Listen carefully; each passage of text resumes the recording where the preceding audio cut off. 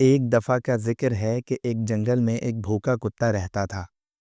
وہ کھانے کی تلاش میں ادھر ادھر گھوم رہا تھا، لیکن اسے کچھ نہیں مل رہا تھا۔ چلتے چلتے وہ ایک گاؤں میں پہنچا۔ وہاں اسے ایک قصاب کی دکان نظر آئی۔ قصاب نے ابھی ابھی ایک بڑا سا ہڈی والا گوشت کا ٹکڑا باہر رکھا تھا۔ کتے نے موقع غنیمت جانا اور جھپٹ کر وہ گوشت کا ٹکڑا اٹھا لیا اور وہاں سے بھاگ نکلا۔ وہ بہت خوش تھا کہ آج اسے اتنا لذیذ کھانا مل گیا ہے۔ وہ سوچنے لگا کہ اسے کسی پرسکون جگہ پر جا کر اطمینان سے کھانا چاہیے۔ اسی سوچ میں وہ ایک ندی کے کنارے پہنچا۔ ندی کا پانی بہت صاف اور شفاف تھا اور اس میں ہر چیز کا عکس صاف نظر آ رہا تھا۔ جیسے ہی کتے نے ندی کے اوپر بنے پل پر قدم رکھا، اس نے پانی میں نیچے دیکھا۔ اسے پانی میں اپنا ہی عکس یعنی کہ اس کا سایہ نظر آیا، لیکن لالچ نے اس کی آنکھوں پر پردہ ڈال دیا تھا۔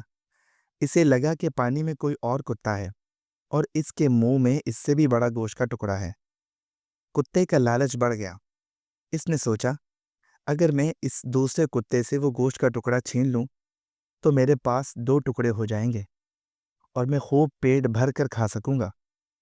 یہ سوچے بغیر کہ یہ اس کا اپنا ہی سایہ ہے، لالچی کتے نے اپنا منہ کھولا اور پانی میں موجود دوسرے کتے پر بھونکا۔ جیسے ہی اس نے بھونکنے کے لیے منہ کھولا، اس کے اپنے منہ میں موجود گوشت کا ٹکڑا ندی میں گر گیا اور بہہ گیا۔